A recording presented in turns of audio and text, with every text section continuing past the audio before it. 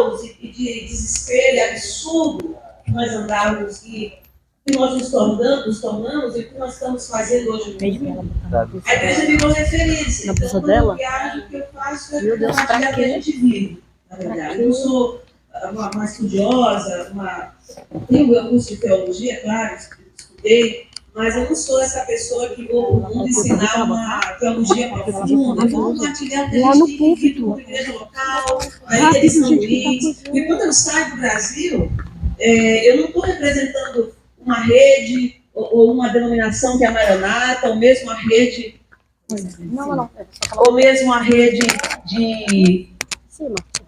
Vai gravar? Tá, não atrapalha não, tá bom. Ou a rede de igreja em células. Quando eu saio do Brasil, eu represento o Brasil. Eu represento a nação brasileira. E eu vou com muita alegria dizer que o Senhor ele tem preparado o Brasil para ser celeiro de missionários. Eu quero que você saiba, talvez você não saiba, mas o Brasil, o Maranhão, São Luís, a sua cidade, portanto, a sua igreja, onde você está enviando esperança, palavra, alcance para uma área muito difícil do mundo. Nós temos missionários nas regiões muçulmanas. Regiões onde é proibido pregar o evangelho de uma forma ou de outra. Mas nós estamos já em campo missionário há 15 anos. Nós temos missionários na Tailândia, no sul da Tailândia, porque a Tailândia é budista, mas a gente está ali numa região que é só muçulmano. Já estive lá por 3 vezes. Nós estamos em Bangladesh, uma região bem difícil, onde é bem radical, o Estado não é laico, é proibido pregar o evangelho. Eu estive lá no passado, durante o mês que estavam celebrando o Ramadã. Eu estive lá no Domingo de Ramos, em abril, preguei em várias igrejas, inclusive só tem um prédio lá, que é o prédio da Assembleia de Deus. Nós trabalhamos, e as muitas igrejinhas que estão por lá usam um prédio só. Nós temos missionários lá, nós temos missionários na Síria, uma cidade bem complicada, perto de Alepo. A nossa Nádia está por lá. Nós temos missionários no Irã, missionários que estão fazendo a obra, e você vai me dizer, pastora, se é proibido pregar o evangelho nesse lugar, como é que vocês têm prevalecido e conseguido estar? É exatamente a respeito desse valor que eu vou falar essa noite, que capacita o simples a alcançar corações. E se isso pode ser usado fora, deve ser usado local. Deve ser usado para ganhar, deve ser usado para treinar, para capacitar, deve ser usado para envio. Nós nos tornamos uma igreja baseada em relacionamentos. Uma igreja que entende o seu tempo de neotestamentária, deixando para trás a ênfase nas cerimônias e nas performances, nas coisas, e nós focamos em gente. E sabe, onde você mais investe, ali você prospera. Portanto, eu quero compartilhar hoje algo que eu vivo ao longo desses 20 anos. Temos filhos nascidos na Tailândia, temos 18 almas na Tailândia. 18. Nossa equipe está lá, nossa missionária está lá há 7 anos. O esposo dela, que era de Curitiba, agora faz parte da nossa rede, está lá há 10 anos. A equipe toda está lá há 20 anos. Praticamente 10 anos semeando. Nos últimos anos agora está rompendo os frutos. Salmo 126, versículo 6, estamos naquela fase de cantar. Estamos naquela fase de cantar. E eu estive lá para conhecer os nossos filhos e vi o quanto Deus, essa moça que está lá, o quanto ela foi treinada na vida prática aqui na cidade. E hoje ela desenvolve exatamente o mesmo estilo de vida, eu disse estilo de vida e não método, para ganhar pessoas, e está ali como uma missionária efetiva, mas quase invisível aos olhos do mal, no que diz respeito à instituição, e fazer a obra de Deus livremente. Isso me diz o quê? Nós estamos chegando nos confins da terra. Nós estamos preparando uma terra. E toda vez, a cada 2 anos, nós temos uma conferência mundial na Malásia. Eu estive lá no passado e vamos agora em 2025. De lá a gente sai para os campos para visitar. Mas ano passado eu fui muito impactada com a conferência na Malásia, porque lá a gente se reúne com missionários do mundo todo, seus pastores, os familiares, e o fruto dos campos, eles vão. A rede proporciona que a gente vá, estava até convidando a Glaucia, que é de São Paulo, para estar com a gente lá, para ela entender isso aí. Pastor, eu vi o quanto Deus está salvando muçulmanos por dia. É milhares e milhares de conversões. Só que não pode ser divulgado, porque isso não pode para as redes sociais. Porque isso, ao mesmo tempo que nós estávamos celebrando, tinha um pastor do Iraque ao meu lado que tinha acabado de perder uma ovelha, porque um grande empresário da cidade decidiu por Cristo, batizou-se, mas ele foi eliminado pela sua própria família na porta da igreja, um pouco antes do pastor ir para a conferência. Então, enquanto a gente às vezes decide por Cristo e fica ainda por muito tempo nas suas decisões entre o mundo e a minha fé e assumir o caráter de Cristo, lá, quando alguém faz uma decisão, ele está arriscando a sua própria vida, tem que ser uma decisão muito bem pensada. Então, o Espírito que atua, que age, que convence, é o mesmo que nos convence, mas lá, quando eles resolvem assumir, eles assumem toda perda que eles podem ter para o mundo, como a sua própria vida, ou até as moças, por exemplo, se elas são descobertas crentes, o pai expulsa de casa, e qualquer irmão que queira reivindicar justiça pode matar, sequestrar, machucar, sem nenhum tipo de que a segurança pública possa tomar providência, porque é tido como justo que ele puna a moça por rebeldia.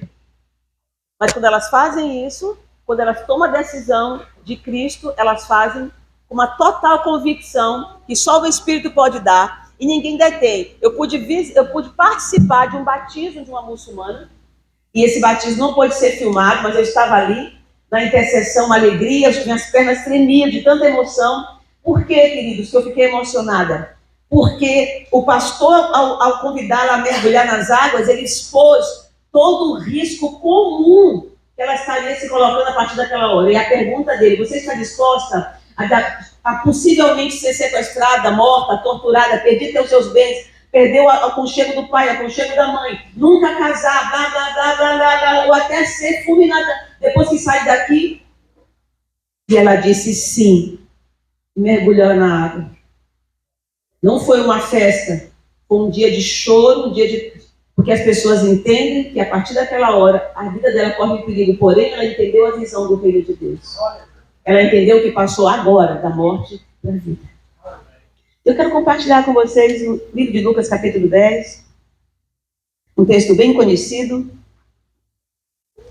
muito explicado também, e que eu ministro em muitos lugares onde eu passo, que é o tempo que Jesus está ali na casa de Marta, e esse diálogo que acontece entre Jesus e Marta. Maria está só fazendo parte do cenário.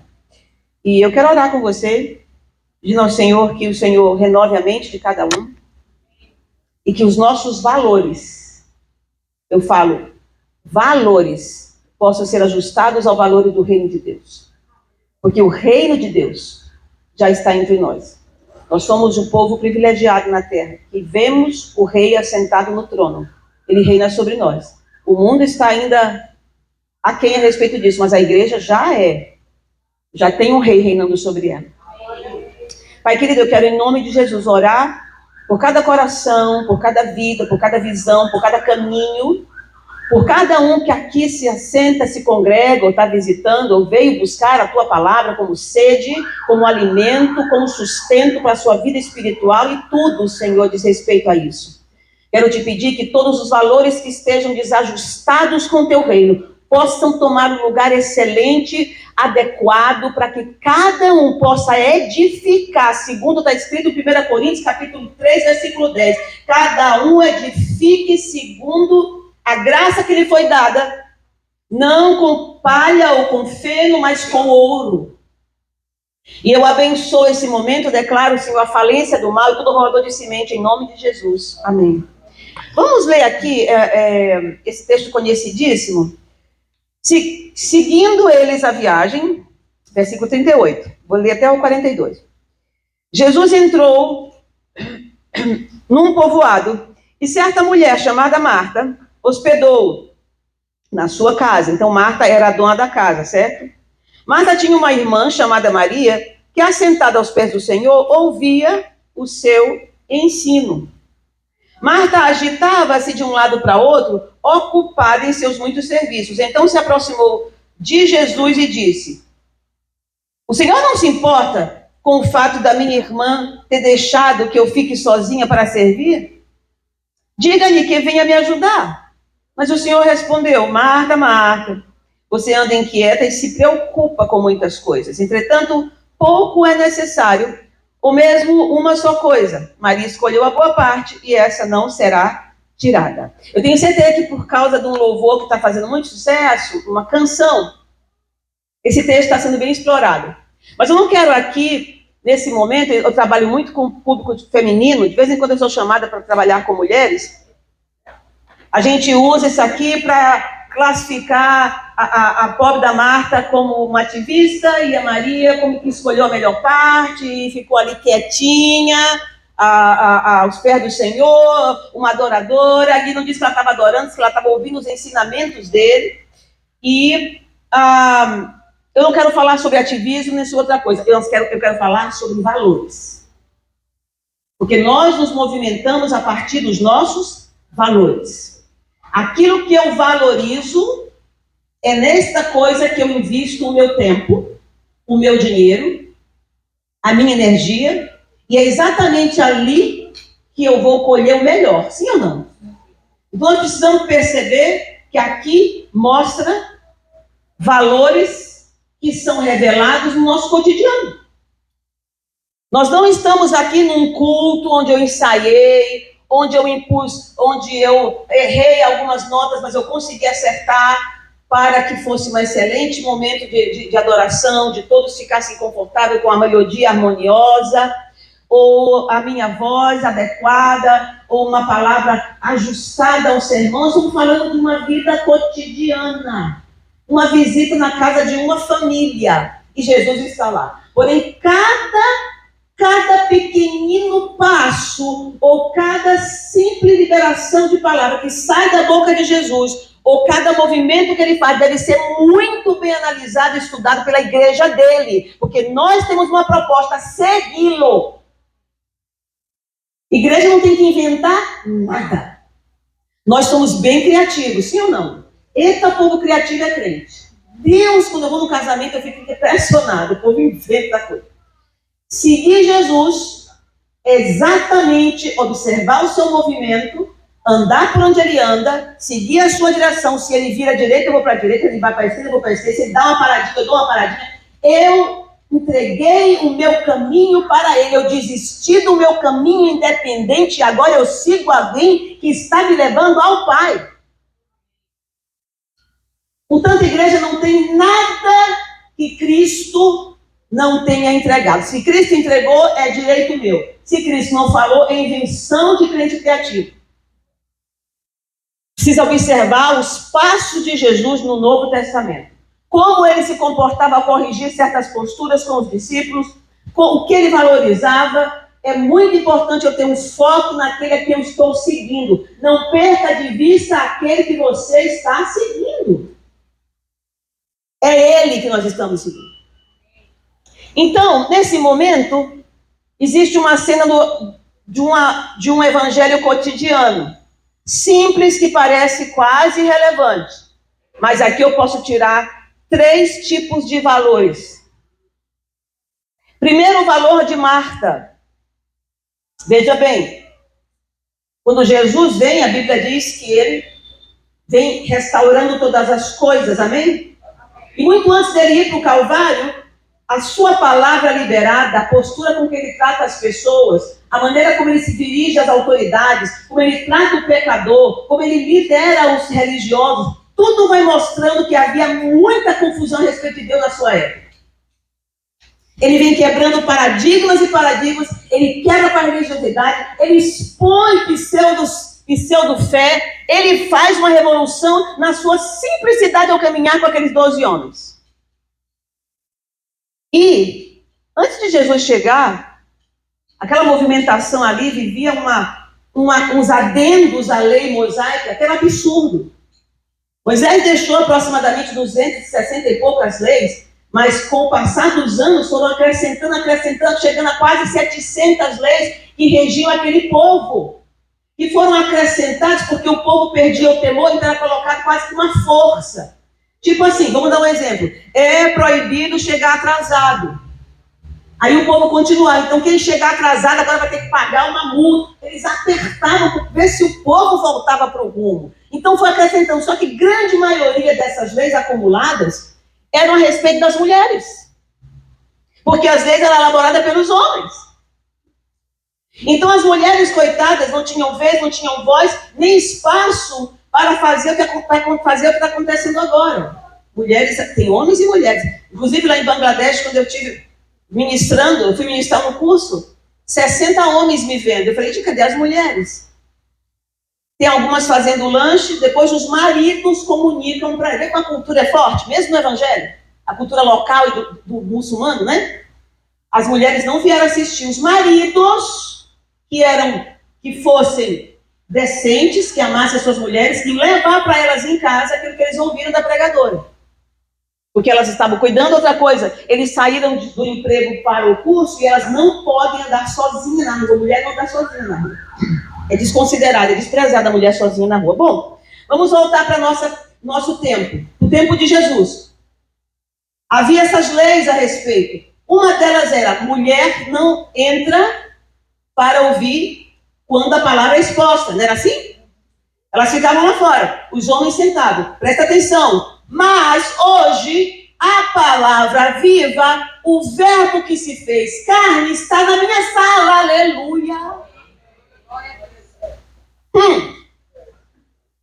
Ele, o que criou todas as coisas, João capítulo 1 diz, todas as coisas foram criadas por ele, e sem ele nada do que foi feito se fez.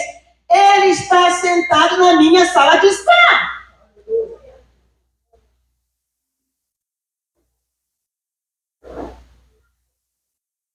E Maria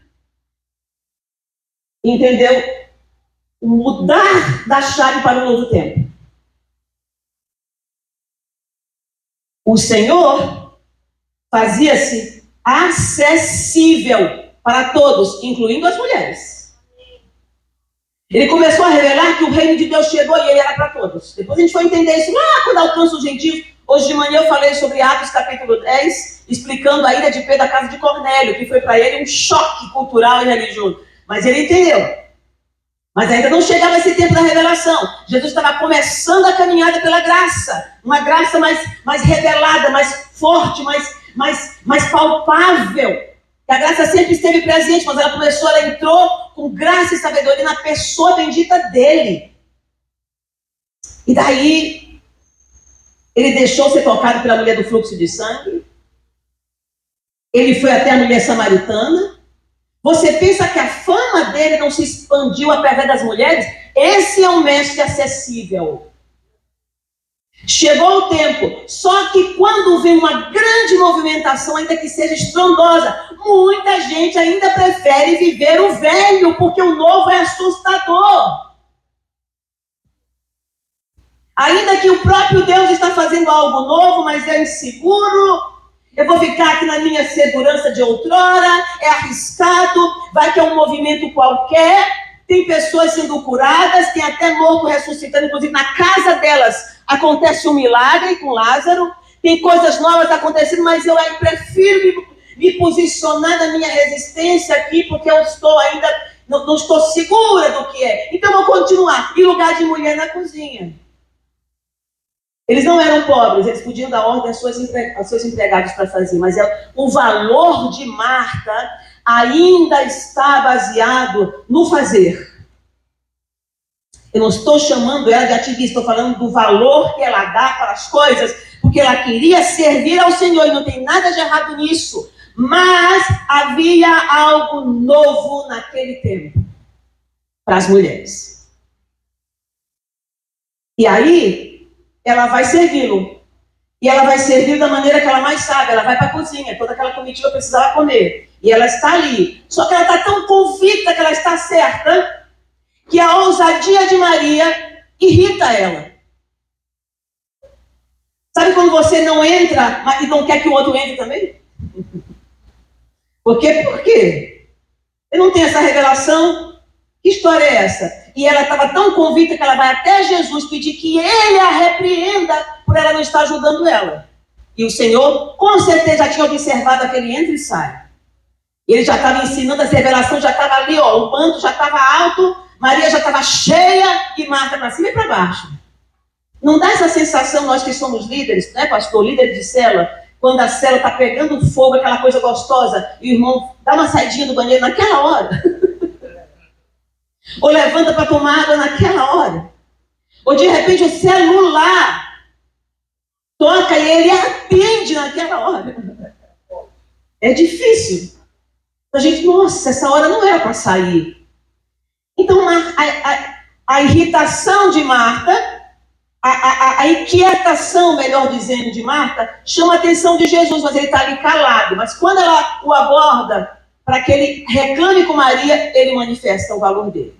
Então, quais são os valores de Marta? Marta quer agradar o Senhor com as suas atitudes. Ela quer agradar o Senhor com aquilo que ela tem a habilidade de fazer. Ela está representando alguém que está muito ligada com um serviço do fazer. Lá do Velho Testamento, sabe quando Deus dava todo o mapa de como deveria ser o culto?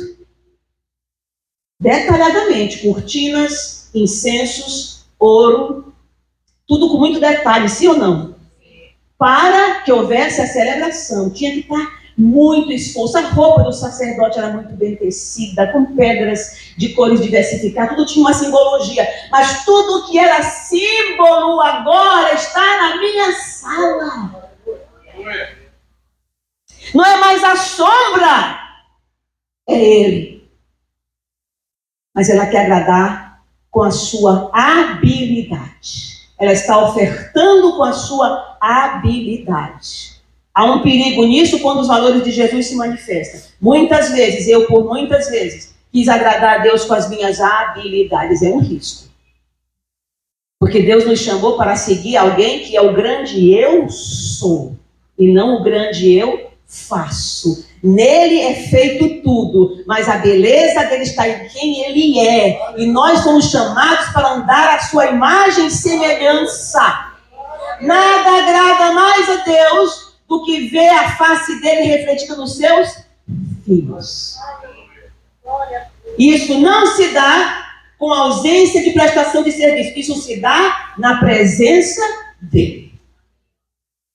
Não digo que a gente não vai fazer, mas estou falando de valores. Aquilo que é mais forte para mim. Aquilo que me leva a ter mais dedicação. Aquilo que eu dedico o meu melhor. Fazer é necessário. Mas eu quero que a gente reflita se é isso que Deus quer de nós. Se é esse o favor que Deus pede de nós. Se é para isso que nós fomos chamados. Se é para viver em nossas habilidades. Segundo Jesus, a escolha delas, ambas têm recompensas. E pela fala que ele dá para Maria, a escolha de Marta é possível estar sujeito a danos, a perdas. O que é isso? É quando eu invisto o meu melhor naquilo que é para mim bem, mas não é tão importante para Deus, mas vai se tornar vulnerável porque eu vou passar pela prova.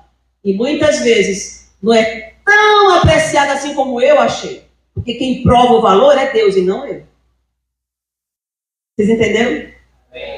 1 Coríntios, capítulo 3, versículo 10, diz assim: quando eu for edificar, cada um segundo a graça, edifique segundo ele vai edificar. Ele está falando do corpo de Cristo, usando vários materiais. Aí ele vai citando materiais que são sujeitos à combustão do fogo até chegar no ouro. Quero dizer para vocês uma coisa. Jesus está dizendo aqui para Marta e Maria: Marta, você está inquieta. Me servir está te inquietando. Tá que negócio é com Deus assim? Me servir, me agradar, está te inquietando. Eu vim para trazer paz. Eu vim para te libertar de ti mesmo. Do teu anseio de fazer, se aceita a partir do que tu faz e não de quem você é. E quando eu quero fazer a partir do que eu faço, eu vou passar por provas. E o que eu faço vai passar por provas. E muitas vezes eu desaponto porque não agrado tanto.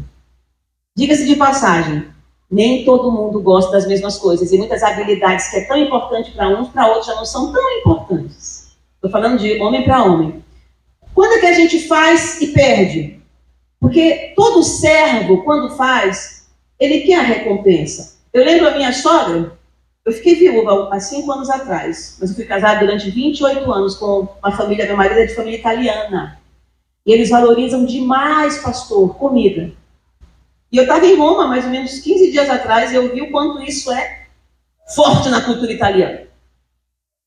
E é assim, ela fazia comida e ela ficava esperando. Cada um de nós tinha que liberar um elogio para a comida. Se não liberasse, todo o esforço dela tinha acabado. Ela não fazia muito para agradar quem comia. Ela queria se agradar, na verdade, para ver a satisfação que a comida dela... Vocês estão entendendo a troca?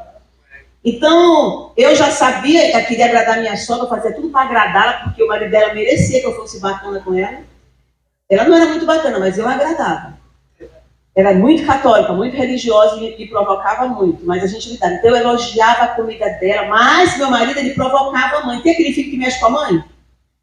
Mãe, a senhora até se esforçou com essa comida. O quê? Ela batia na mesa, tremia os pratos, toda aquela harmonia da comida perdia, porque ela ficava irada, porque alguém brincou com a comida que não estava tão boa. Parece que todo o esforço foi por água abaixo. Jesus está dizendo para Marta, Maria fez uma escolha, e é não sofrerá dano. Qual é o dano que a gente sofre? Desapontamento. A gente faz e espera o elogio, porque foi tão ensaiado, foi tão preparado, eu estudei tanto. Ninguém reconhece. Ninguém soltou um elogio. Ninguém bateu palma, ninguém se alegrou. Não teve um choro. Ninguém se arrependeu na pregação. Pô, chorei tanto. É quando a gente quer respostas a partir das nossas habilidades. Não é qualquer coisa aquilo que Jesus está repreendendo em Marta. Jesus não está preocupado porque Marta é ativista. Ele olhou os valores que movem as atitudes dela. E conversão é mudança de valores. E daí ele diz, Marta, Marta, tu estás inquieta em te movimentar para me agradar. Olha, uma coisa só, disse ele. Uma oferta só, disse ele, seria necessária. O que ele está falando? Vamos para os valores de Maria. O que Maria está fazendo que é tão valorizado? Ela está quietinha. Sabe, pastor? Às vezes alguém liga para mim e fala assim, tá fazendo o quê? Eu falei, estou orando em casa, quieta, pensando na vida. Você não vai trabalhar, não? Irmão, se o pastor não gastar tempo orando e pensando na vida, ele não pode pastorear. Porque ele tem que ouvir de Deus. E vou adiante, não é só o pastor, é todo aquele que quer ser efetivo na obra, tem que ouvir o dono da obra. E ele precisa de quietude, ele precisa de calma, ele precisa entender, porque Deus vai dar saída. Mas nossas muitas vozes que se ouvem, nossa confusão, quantas coisas nós podemos evitar? O que Maria está ofertando para Jesus que ele valoriza tanto? Uma coisa que ele faz parte da escala de valores de Cristo como prioridade. Marta está oferecendo um banquete, ela quer fazer, não tem nada de errado. No momento que é desapropriado. Qual é a oferta que Maria está dando para Cristo? Uma coisa chamada atenção. Que não custa dinheiro, que não precisa ter faculdade para fazer, nem ser profundo nas teologias. Todo crente pode. Ele está dizendo, eu estou preparando uma geração tão impactante que as portas do inferno não vão resistir, porque eles são baseados em relacionamentos interpessoais. É a valorização do ser humano. O evangelho é o ser humano de volta para a posição que ele perdeu quando caiu. Ele não vira anjo, mas a sua humanidade é restaurada. E Deus valoriza isso, e ele faz isso uns aos outros a partir do que Cristo fez. Amém? Amém. Então não é trabalho de um líder, de um conselho, é um trabalho de Todos, porque todos podem dar atenção uns aos outros. E é baseado nisso que se desenrola todo o Novo Testamento. Pastor Alexandre tem um livro, Uns aos Outros. 156 vezes no Novo Testamento, irmãos, tem esse mandamento. Ama uns aos outros. Ora uns aos outros. Suporta uns aos outros. Dá atenção um ao outro. Consola um ao outro. Visita um ao outro. 150 vezes um ao outro. 25 verbos uns aos outros. Jesus estava na sala. Maria ofertou atenção e foi aprovada por Jesus. Jesus aprovou a atitude de Maria, que parece para nós um tanto insossa, que parece para nós um tanto insignificante. Porém, diferente da comidinha de Marta, que ia encher a barriga, depois não ia comer mais, ninguém ia se lembrar, chegaria a outra refeição, ou que não sofresse elogio, ou de resultados imediatos, diferente de Maria. Jesus falou que aquela decisão, isso me chama a atenção, porque ela não era obrigada a ir para a cozinha, nem era obrigada a ficar com ele. Ela tomou uma decisão. Então ela tinha a opção de sair para a cozinha. E se ela tinha, Marta também tinha. Sim ou não? Sim. Então uma tomou a decisão de continuar na vida dela, a outra falou, eu vou aproveitar o meu momento com aquele que acalma a minha alma, com aquele que sacia a minha sede de Deus, com aquele que é a pessoa mais importante que cruzou o meu caminho. E Jesus disse, o que ela decidiu não sofrerá dano. Que riqueza é essa que não sofre dano? Ele estava ali se revelando para ela através dos ensinos. Ele não estava passando uma informação. Ele estava se revelando para ela através dos ensinamentos. E ninguém poderia abalar aquilo que ela estava recebendo. Queridos, vamos avaliar os nossos valores. De vez em quando é bom a gente parar para perceber. Como é que eu estou edificando? Como é que a gente consegue chegar no nível que nós chegamos hoje de alcançar nações onde é proibido? Vai para a cadeia, morre se você for pego o evangelho. Como é que eu prego o evangelho num país proibido? Relacionamento. Atenção. Não tem cortina, não tem esse varal que eu acho lindo, bonitinho. Não tem som. Tem uma pessoa que carrega a poderosa presença de Deus, dando atenção para um carente que não tem a presença de Deus. Starbucks, na beira do rio, fazendo supermercado, caminhando, sentado, conversando, olho no olho, chora um pouquinho no ombro, eu vou te ajudar, não tem o que fazer, eu vou só orar por você. Confessa alguma coisa que está pesada no coração. Eu vou te falar alguma coisa. Vamos encontrar semana que vem, dia após dia. Transformação profunda. Queria que você fosse para casa pensando nisso. Não tem curso de teologia, não tem seminário de libertação. Tem atenção, olho no olho. Por que Jesus gastava tanto tempo com seus discípulos? Eu estava meditando outro dia, minha cabeça só pensa nisso, pastor. Eu penso nisso toda hora. Eu estou lendo aqui o Evangelho de Mateus, e daí eu vejo João Batista dizendo assim, olha o Cordeiro de Deus que tira o pecado do mundo. Ele falava do Cordeiro porque ele acusava para arrependimento, né? Então quem arrepende quer o sacrifício. Então olha o Cordeiro. Aí ele tinha dois que andavam com ele. Eu esqueci o nome, era André e João. Pronto. João Batista estava prestes a ser preso. Ele entrega os 2 discípulos para Jesus, não é assim? Ele entrega. É top isso aí, demais. Conversa profunda dos pequenos com Jesus. Olha essa conversa profunda. Ei, vou andar contigo, né? Mas a pergunta é, o que vocês vieram ver? Jesus pergunta. Tipo assim, o que vocês querem comigo? Vocês sabem o que vai rolar depois que vocês andarem comigo? Que andar com o rabino não era tipo pareceiro, não. Andar com o rabino era herdar seu legado. Era a capa de Elias que ia descer para eles. Jesus falou: o que vocês vieram ver? Aí outra resposta profunda, sábia: onde tu mora? Onde tu mora? Outra resposta profunda: vem ver. Olha a conversa. Aí o Espírito Santo falou para mim: começou assim. Apocalipse diz que são 24 tronos. São 24 tronos. 12.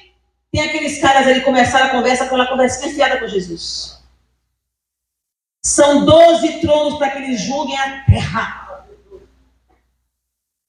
Aí você me diz se relacionamento é algo de Deus, se é poderoso ou não é, quando ele é intencional para edificar uma vida.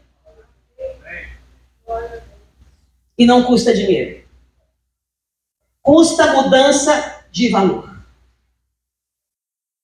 Eu conversei com um moço chamado Cori, um jovem traficante numa vila chamada Vila da Água, no sul da Tailândia. Eu dou os exemplos porque são reais.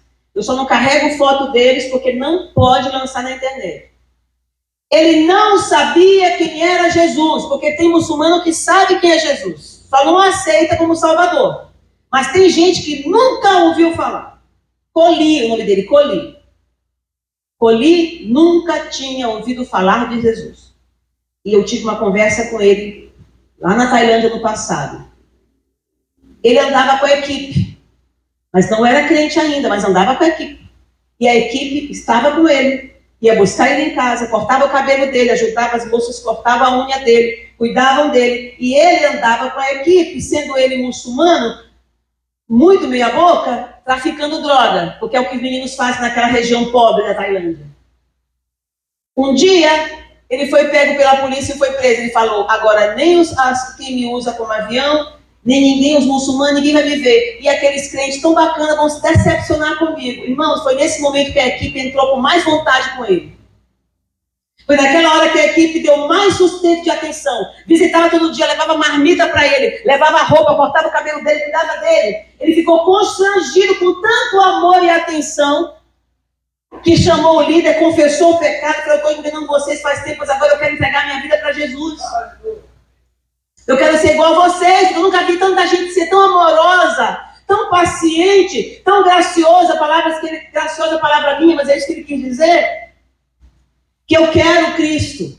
E quando eu chego lá, ele já batizado, irmãos, não tem seminário, não tem que rever, não tem quero, não tem nada. Sabe o que ele disse? Eu quero ser missionário no meu país para ganhar o meu povo.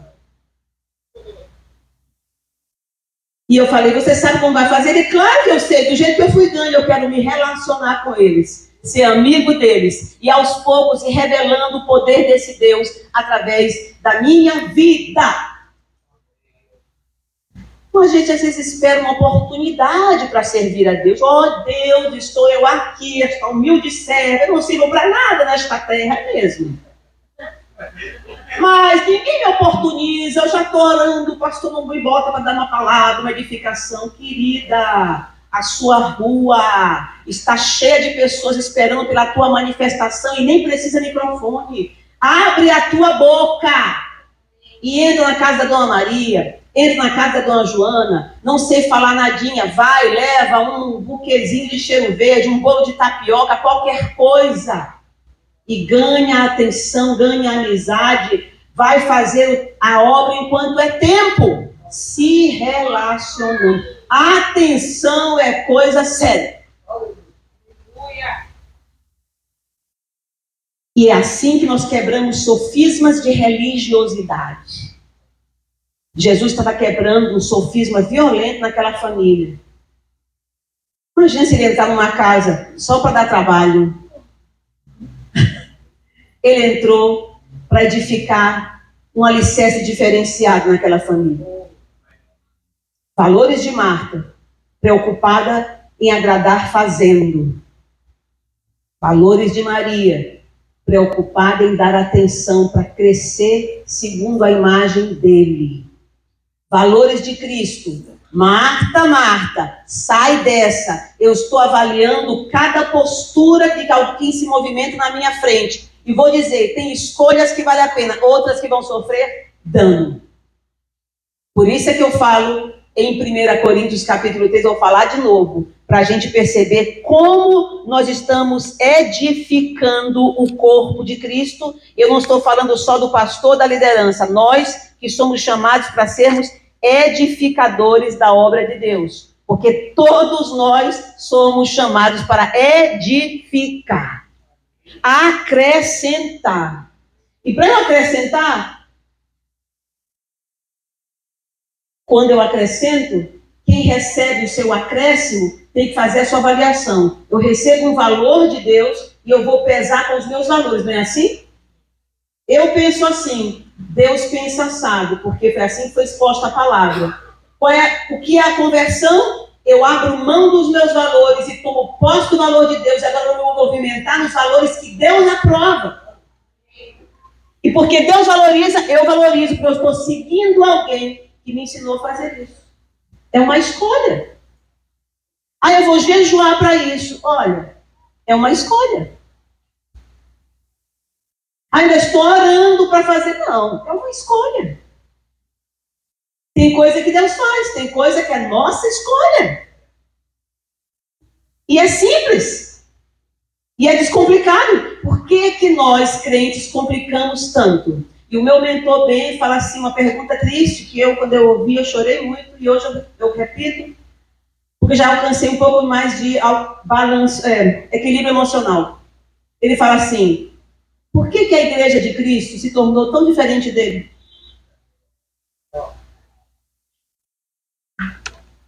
Primeira Coríntios capítulo 3, versículo 10.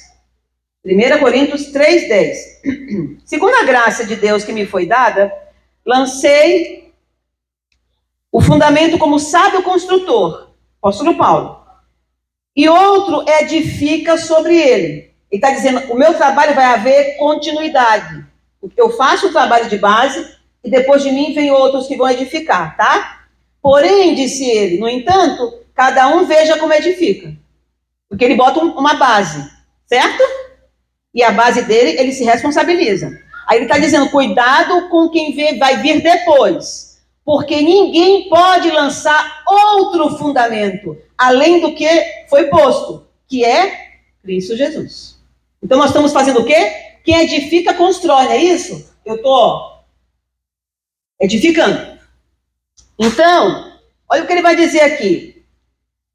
E se o que alguém edifica sobre o fundamento é ouro, prata, pedras preciosas, madeira, feno ou palha, a obra de cada um se tornará manifesta, pois o dia com D maiúsculo, a demonstrará, porque será revelada pelo fogo. E o fogo provará qual é a obra de cada um. Então, eu chamo essa mensagem de relacionamento é ouro. Você podia repetir comigo? Relacionamento é ouro. Por que é ouro? Porque vai passar pela prova. Mas se é o estilo de vida, método de Cristo, é aprovado por Cristo. Então, todos nós somos chamados como edificadores. Como estamos edificando? Nós valorizamos o outro? Ou eu estou desenvolvendo o meu ministério? Porque quando eu desenvolvo o ministério de Cristo, eu valorizo o outro. Mais do que qualquer outra coisa que eu faça, ainda que eu tenha muita habilidade de qualquer outra coisa. Não é sobre habilidades, é sobre o amor que a Bíblia diz que eu tenho que amar o meu irmão. E eu não posso amar sem atenção. E amar não é fazer miminhos, coisa linda, não. Isso aí é um tempo de vez em quando. Amar é edificar, é servir. E isso, volto a dizer, não custa dinheiro, nem precisa ir para seminário, mas precisa ser um valor forte na igreja. Os meus missionários estão indo para o campo, mas eu não tenho na turma Quando eu vou falar sobre vida, a gente é célula. O pastor Zeca sabe. A gente é célula, mas não é sobre célula. É sobre valores. Eu não prego célula. Não estou preocupado com célula, embora seja uma boa maneira de exercitar uns aos outros. Mas é o quanto eu valorizo o outro. O quanto eu me importo com você. O quanto eu ouvir você é importante para mim, porque eu te valorizo. Esse valor de mentoria no Brasil é um pouco raso, mas os países de origem protestante lá fora, a mentoria é indispensável. Não tem um líder de qualquer empresa que ele não esteja completamente comprometido em gerar futuros novos líderes. Sabe os médicos que monitoram residência? Meu pastor é médico, eu vejo ele muito comprometido com os seus seguidores. Já viu um médico que dirige residência no hospital? Ele anda, vê um monte de médico novinho com ele, né? Aí ele opera, ele faz alguma coisa, ele ouve ao redor. Mas isso não se resume só dentro do hospital. Eles se encontram, eles conversam, eles saem juntos. É uma mentoria completa. Ele está transferindo o valor da profissão. Mas no caso do cristianismo, eu transfiro o valor de Cristo para o outro. Isso não pode ser feito de culto em culto. É dia após dia. A gente precisa entender o valor de estar junto. Eu gasto tempo lendo minha Bíblia. Hoje eu estava conversando com a pastora Glaucia. Eu creio completamente numa igreja de 5 ministérios. Nós trabalhamos com 5 ministérios. E o mestre, ele é doidinho por estudar, sim ou não? Ele quer tocar a cara mergulhada ali. Se deixar, ele não se relaciona com ninguém. Porque ele quer aprender, ele quer aprender. E quando ele abre a boca, ixi, ele é um poderoso, né? Mas, embora ele seja um grande mestre, como é que ele vai gerar outros mestres se não se relacionar só com o livro? Ele vai ter que estudar, mas ele vai ter que ter tempo para passar para o outro o valor que move a vida dele. Porque não adianta ser mestre para essa geração e a próxima geração. Quem vai receber o ministério de mestre se não gerar outro? Então, o tempo todo na Vinhais, eu gasto a maioria do meu tempo com a minha célula, porque eu estou gerando futuros pastores. E quem conhece a turma que anda comigo é assim. Eles não são iguais a Rutiane, mas eles têm um valor forte que são fortes na minha vida.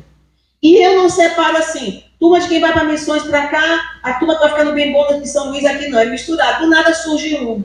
Então a gente edifica todos como se todos fossem para um campo daquele. Então a gente aprende a valorizar o bairro que a gente mora igual se valoriza a Tailândia. Nós temos uma congregação no Maracanã. Eu falo, se você valoriza Maracanã, não me venha para cá querendo passagem para ir para o exterior, porque não me abala isso aí. Agora, se você está cuidando de uma pessoa, e além de cuidar de uma pessoa, essa pessoa que você cuida está cuidando de outro, uau! Você já está passando pela vida de alguém, influenciando ele a fazer o que você faz, e esse outro já cuida de outro. A pastora Glaucia veio de São Paulo para fazer uma imersão na nossa igreja. Ela quer fazer parte da rede, ela quer conhecer a nossa visão. Eu falei, Glaucia, amanhã eu vou te apresentar 4, 5 gerações de discípulos. E a gente foi tomar um café lá no Celso Camura, e Camura estava lá, o Japinha estava aí. Ficou com a gente, eu fui explicar para ele também o que era. E aí eu levei alguém que eu discipulo, e ela levou uma pessoa que ela discipula, e a mocinha que ela discipula levou a outra que ela discipula. 4 gerações. Como é que a gente chega nesse nível? Dando atenção, valorizando, caminhando para que ninguém ande só. Mas isso é um método? Pode ser, mas não funciona sem o valor. Se Deus está me chamando para ser relevante nessa geração, eu preciso entender como é que a igreja está caminhando. Como que a igreja se comportou no Covid, quando foi fechadas as portas? Nós paramos? Muita igreja fechou, sabia que muita igreja fechou? Por quê? Porque não podia ter cultos. Ah, então a gente vive de evento? Ou nós somos firmados nos relacionamentos? Quem vive relacionamentos, além de não fechar, cresceu, se multiplicou. E às vezes vem essa ventania como fogo para provar qual é o material que nós estamos edificando o corpo de Cristo. Nós temos muita coisa para conversar, mas o tempo não vai deixar. Eu só queria que nós parássemos para pensar hoje, e se você entrar em crise, seria muito bom. Porque a gente para confrontar os nossos valores. O quanto eu valorizo as pessoas. O quanto eu dou o melhor de mim para as pessoas. O quanto de atenção. O quanto eu gosto de ouvir. Ah, pastor, eu não gosto de me relacionar. É por isso que você foi chamado para converter. Você tem que tomar o caminho. O mundo inteiro anda pelo caminho contrário. A Bíblia diz que havia um muro entre eu e você. E ele foi quebrado pelo poder da palavra. Amém? Amém. Não tem mais muro. Eu posso chegar até você tranquilo. Está tudo liberado. O véu foi rasgado. Quer dizer, enquanto tinha um véu me separando de Deus, tinha um muro me separando do meu irmão. O véu foi rasgado, o muro foi destruído. Bingo! É nós. É nós nos relacionamentos. É nós nas casas, nos parques, nas praias, gastando o tempo que eu tenho para Deus para fazer pessoas saírem de uma maneira religiosa de ser, abandonada de ser, rebelde de ser, junto dessa pessoa. Pastor, dá trabalho? Sim, senhor. Mas você não é um obreiro de Cristo? A irmã falou, nós somos soldados do Senhor. E essa batalha tem que ser bem ajustada, com espada afiada, sabendo guerrear, sabedoria, entendendo, porque os dias são maus. A instituição igreja tem desapontado muita gente, mas não o Espírito Santo.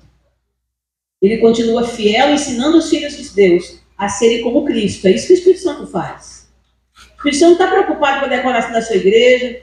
Eu sou menina e eu gosto da minha casa arrumadinha, mas nossa igreja em Vinhais estava muito feia, sabe, Zé? Não é um valor forte, mas como eu sou menina, eu gosto de um jarrinho de planta, né? Eu não gosto de cortina, mas eu gosto de uma parede novinha, um painel limpinho. Irmão, 20 anos eu não conseguia ajeitar aquela igreja. Porque toda vez que entrava o dinheirinho, ajudar Maracanã, manda para o exterior, nunca dava. Não foi um dia desse aí, eu sentei para conversar com o Senhor. Deus me deu a graça, nós começamos com um pouquinho e ajeitamos, decoramos, estou tão feliz. Eu fui conversar com o Senhor, porque até tem uma sensação assim de culpa. Meu Deus, eu não investi um dinheiro aqui, eu não estou investindo lá. Quero testemunhar para você. O Senhor falou assim, podemos fazer os dois. E fizemos. E fizemos, eu estou feliz. Porque Deus dá esse mimo para a gente. Mas não é para focar nisso. Uma igreja bonita não é uma igreja bem decorada. É uma igreja onde os relacionamentos são bonitos. Não é onde o culto é bonito, porque meus filhos, cada um mora num estado. E eles foram criados nessa igreja comigo, 20 anos, né? E daí eles escolheram uma igreja, o mais velho. Andou. Falou, mãe, tá difícil encontrar uma igreja, hein? E a vontade deles era ser apacentado por outro que não era mãe deles. Tem filho de pastor só, né? Em casa, mamãe, na igreja, mamãe, quem que aguenta? Eles até se seguraram bastante, graças a Deus. Aí foram embora, libertaram disso. Aí chegaram e falaram assim, mãe, eu tenho uma igreja linda. Tem luz iluminada e tal. Eu estou só escutando o final da conversa. Mas eu não gostei. Porque não tem pequeno grupo, não tem relacionamento, é só performance. Não vai dar para mim. Procurou uma igreja pequena. Ele está numa igreja bem pequena. E os colegas, ele é procurador do estado. Então, os colegas falam assim, vem para minha igreja, lá tem isso, tem aquilo, a gente chama o Pablo Marçal, não é Pablo Marçal? Eu troco com o Pablo, qual é o nome daquele outro? Vitar, eu troco tudinho. E a cabeça? Já sabe, depois dos 30 a gente já não está muito, mas mistura tudo. Ele falou, mãe, aqui na igreja ele chama aquele Pablo para falar. Eu falei, meu filho, não liga para isso. Não é só por isso, não. Eu quero uma igreja de relacionamentos, porque ficou na cabeça dele, no coração dele. Eu quero andar junto com pessoas. O outro também entrou em igrejas grandes, mãe, não deu conta. Aí sim, o outro foi o contrário. Foi para uma igreja grande, eu fui com ele, meu filho, você vai ficar nessa igreja? Ele falou, mãe, acho que não. Mas alguém ligou para ele, envolveu ele numa equipe, num grupo bem bacana. Que nem em qualquer igreja grande, porque o pequeno grupo é ajustado. E ele passou um ano lá, agora está no Rio Grande do Sul, numa igreja pequena, onde ele está liderando um grupo de jovens lá. E a igreja lá está na transição para a igreja em célula, que ele foi ajudar. Irmãos, nós estamos vivendo uns dias bem complicados. Dias de desapontamento, dias de fragilidade em todas as áreas. Porém, a igreja do Senhor tem orientação como edificar de maneira inabalável. Ouro, se relacione. Muita gente tem medo de se relacionar. Eu não estou falando aqui que é fácil, não. As pessoas não querem abrir, não querem se expor, ou não querem se envolver na vida do outro, porque quando eu chego para alguém e falo assim, tá tudo bem, e eu vou intencional, eu vou orada, tipo assim, jejuei, ungida, e eu perguntar, tudo bem, ninguém vai resistir, a pessoa vai abrir o coração. E o que eu estou fazendo? Procurando, caçando sarna para se coçar. Eu estou procurando problema. Então eu não estou. A pessoa vai abrir o coração, eu vou ficar sabendo dos abacaxi e eu vou entrar para ajudar. Ou pelo menos para diminuir o peso. Nem todo mundo hoje quer isso. As pessoas querem vir para o culto, vira à direita, vira à esquerda, levanta, já prestei meu culto, eu vou cuidar com a minha vida. Eu tenho minha vida secular para cuidar. Ela no secular, os irmãos estão se batendo, as pessoas estão caindo de depressão, mas eu prestei um culto maravilhoso no domingo. Não é esse o nosso Jesus. Ele se importa com pessoas. Dentro e fora. Dentro e fora. Quem quer edificar com ouro? Vamos orar então?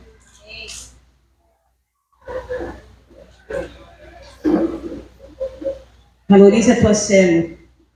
Valorize o teu encontro. Valorize aquele cafezinho. Lá no Maracanã eu falo assim, vai tomar um chibé com a tua amiga.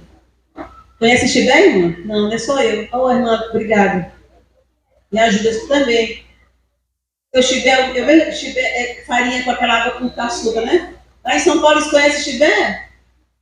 Eu de São Paulo não conhece, mano. Tô brincando com ela. Se não tem café, toma um chibé. Toma um açaí. Ou só bate um papo, toma um golinho de água. Mas senta para ouvir teu irmão. Abre teu coração para ele também. Pai querido, eu quero em nome de Jesus te agradecer por essa noite, assentados à tua mesa, ouvindo a tua palavra. A tua palavra é poderosa. A tua palavra destrói sofismas, quebra correntes.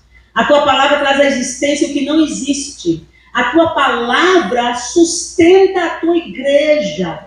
E o Senhor conhece a necessidade dessa igreja local, onde nós estamos celebrando juntos hoje. E eu quero te pedir como intercessora, como serva tua, meu Deus, que haja aqui cada dia uma crescente intenção de edificar um ao outro com ouro. Meu Deus, que os relacionamentos sejam a bandeira dessa igreja, que estejam seguindo a Cristo, aquele que dava valor para pessoas. Meu Deus, olha para cada homem, cada mulher, cada criança, cada jovem, não importa a idade de fé que eles têm, eles te conhecem. Senhor, que haja uma diligência na edificação, que haja uma inclinação para aquilo que é a chamada do Novo Testamento. Abençoa, Senhor Deus, uns aos outros, que haja essa reciprocidade, essa empatia, esse valor alto nesta congregação nesse dia.